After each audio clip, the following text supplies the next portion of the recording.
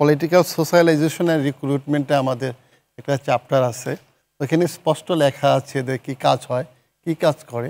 তো এরা হচ্ছে সাধারণত ইনস্টিটিউশনাল ইন্টারেস্ট গ্রুপ। আপনারা দেখবেন আমরা এখানে যে আলোচনা করলাম, এডিশনাল সেক্রেটারি সাইফুল ইসলাম সাহেব তার কিছু বক্তব্য দেখবেন, সে কিন্তু ডিফেন্ড করতেছে কাকে, আমলাকে। কেন করতেছে? এটা নিয়মেই তাদের সবসময় এমনভাবে ওরিয়েন্টেশন করা, সেই ব্রিটিশ আমল থেকে শুরু হয়েছে, যেটা একদম একই প্রকারে, যেটা আমি এক সেন্টেন্সে বলতেছি।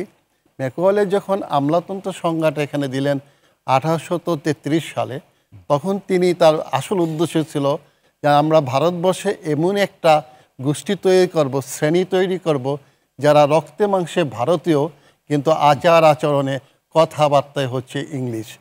তাই ওই যে সিস্টেমটা, ওইটা থেকেই তারা সরকারের সেবক হয়ে গেল, অর্থাৎ জনগণের সেবক কিন্তু হয়নি।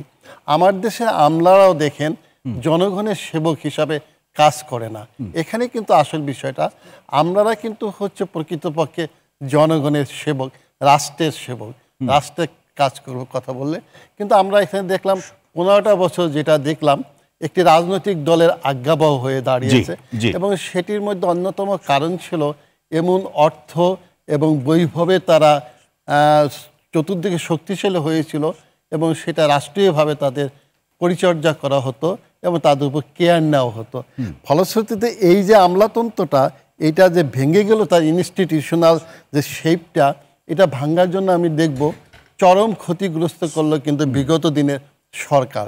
যেটি এর মধ্যে আলোচনায় এসেছে, তার মধ্যে আমি দেখব সবচেয়ে চরমভাবে ক্ষতিগ্রস্ত হয়েছে 2018 সালের নির্বাচনের মাধ্যমে। সেই নির্বাচনে কিন্তু অন্তর্নিহিত কিছু বিষয় এখানে ছিল। ইন্টারন্যাশনাল অ্যাক্টর হিসাবে গণপ্রজাতন্ত্রী চীন একটা কাজ করেছিল। সেই কাজটি হচ্ছে যে নির্বাচনের সময় কেউ জানতো না, শেষের দিকে চায়না থেকে প্রস্তাব আসলো হাসিনা ওয়াজেদের নিকট, যেন আমরা তোমাদের কিছু টাকা দিব, যেই টাকাটা দিয়ে তোমরা নির্বাচনের বৈতরণী পার হবে, আমাদের কিছু দেয়া লাগবে না, তোমাদের ইনফ্রাস্ট্রাকচারের যতগুলো কাজ হবে এইগুলো আমাদের দিতে হবে।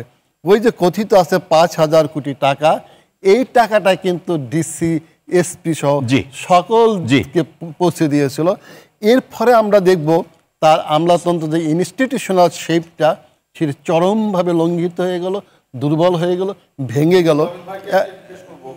এই যে 5,000 কোটি টাকা যে বিতরণ হলো, এখান থেকে কি আজ্ঞাবহ সাংবাদিকরাও বাদ পড়েছিল? আমি আমি আমি তো বিভিন্ন জায়গা থেকে হোটেলের টাকাটা, যখন বস্তায় বস্তায় টাকা, কোন কোন সাংবাদিক, কোন কোন উপস্থাপক, তাদের উপস্থিতিতে 2 দিন ব্যাপী ভাগ বাটোয়ারা হলো, সেটা নিশ্চয়ই আপনার অজানা নয়। আপনার উত্তরটা আমি এটার মধ্যে, যেটা আমলারা এসেছে সেটা আমি আমলাদের সম্পর্কে বলতেছি, কারণ টাকা যার হাতে এসেছে আমলাদের হাতে দেয় নাই। প্রত্যেক উপস্থাপককে সেই টাকা দেওয়া হয়েছিল। টাকাটা তখন সরকারের হাতে দেওয়া হয়েছে, নিয়েছেন কিনা আমি জানি না। হ্যাঁ, কিন্তু প্রশ্ন হচ্ছে আমরা যে বিষয় নিয়ে আলোচনা করতেছি, অবশ্য তৌহিদ ভাইয়ের মতো লোক এটা না নেওয়ারই কথা। যে বিষয় নিয়ে আলোচনা করতেছি, আমাদের এখানে আমলারা যেহেতু এসেছে, এবং সেখান থেকে এই যেটা মহিউদ্দিন খান আলমগীর সাহেবের এই অভিযোগগুলো, এই অভিযোগটা কিন্তু আমরা দেখবো যে মহিউদ্দিন খান আলমগীরকে সুযোগ দেওয়া হয়েছিল। ওই সুযোগটা তিনি এমনভাবে ব্যবহার করলেন যে ওইখান থেকে কিন্তু যাত্রা তাদের শুরু, অধঃপতনের যাত্রাটা শুরু হয়ে গেল।